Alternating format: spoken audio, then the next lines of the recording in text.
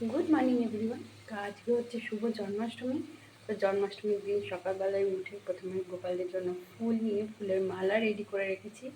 এরপর গোপালদেরকে তুলে অঙ্গরাগও করেছি। একটা অন্য গোপাল মানে বৌদির গোপাল এসছে আমাদের বাড়িতে আজকে। আমি ভীষণ লাকি যে উনি এসছেন আমার কাছে প্রথম বছর। তো উনি আজকে আমার কাছে সেবা পাবেন, তার জন্য তাকে অঙ্গরাগ করলাম। এরপর আমি গপুদের ভোগের ব্যবস্থা করব।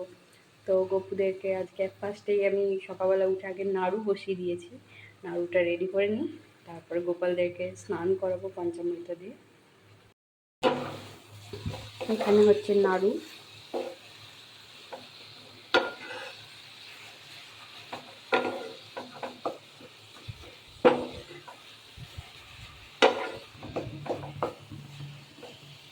সারাদিন কী করছি না করছি আজকে সারাদিনের খুঁটিনাটি তোমাদের সাথে সব কিছুই শেয়ার করবো।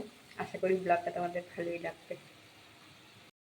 তো এদিকে আমি ভোগের ব্যবস্থা করছি আর এদিকে গোপালদেরকেও সেবা দিতে হবে। গোপালদেরকে এখন পঞ্চামৃত দিয়ে স্নান করিয়ে নেবো। এখানে একসাথেই আমি দুধ, দই, ঘি, মধু আর একটু সাদা চন্দন আর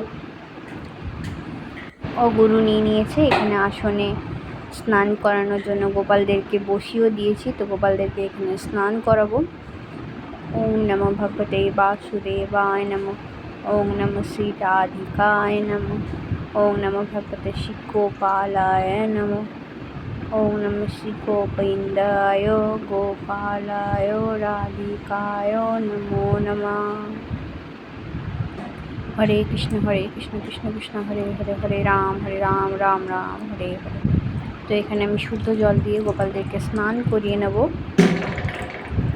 তারপরে ভালো করে মুছিয়ে তাদের শৃঙ্গার করব।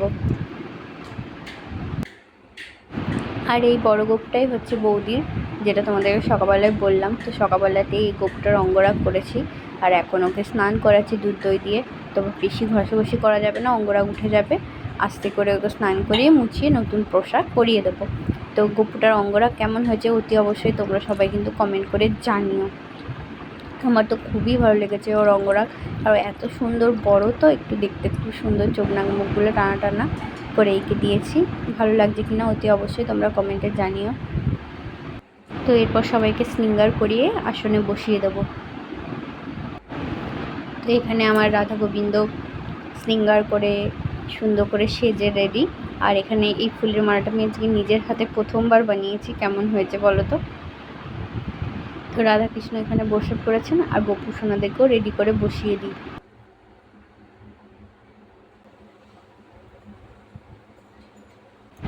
তো এখানে বড় গোপু, ছোটো গোপু, রাধারানী সবাই সুন্দর করে শৃঙ্গার করে বস্ত্র পরে ভোগও লাগিয়ে দিয়েছি। ওদের বাল্যভোগ, মাখন মিছরি, মিষ্টি আর চকলেট আর জল, তুলসী পাতা অতি অবশ্যই।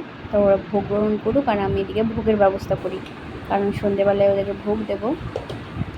তো আস্তে আস্তে করে অনেক কিছুই করে ফেলেছি। এখানে তালের বড়াও ভেজে রেখেছি। এখানে লুচি ভাজা হচ্ছে। তো আমার বান্ধবী এসছে দুপুরবেলায়, তো ও এসে পরে অনেকটাই আমাকে হেল্প করে দিয়েছে, আটা মেখে দিয়েছে আর লুচি ভেজে দিয়েছে।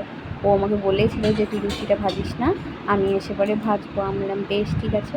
তো আমি বেড়ে দিয়েছি আর ও এখন ফটাফট লুচি ভাজছে। আর এদিকে পোলাও, আলুর দম, পনির সব কিছুই মোটামুটি রেডি হয়ে গেছে।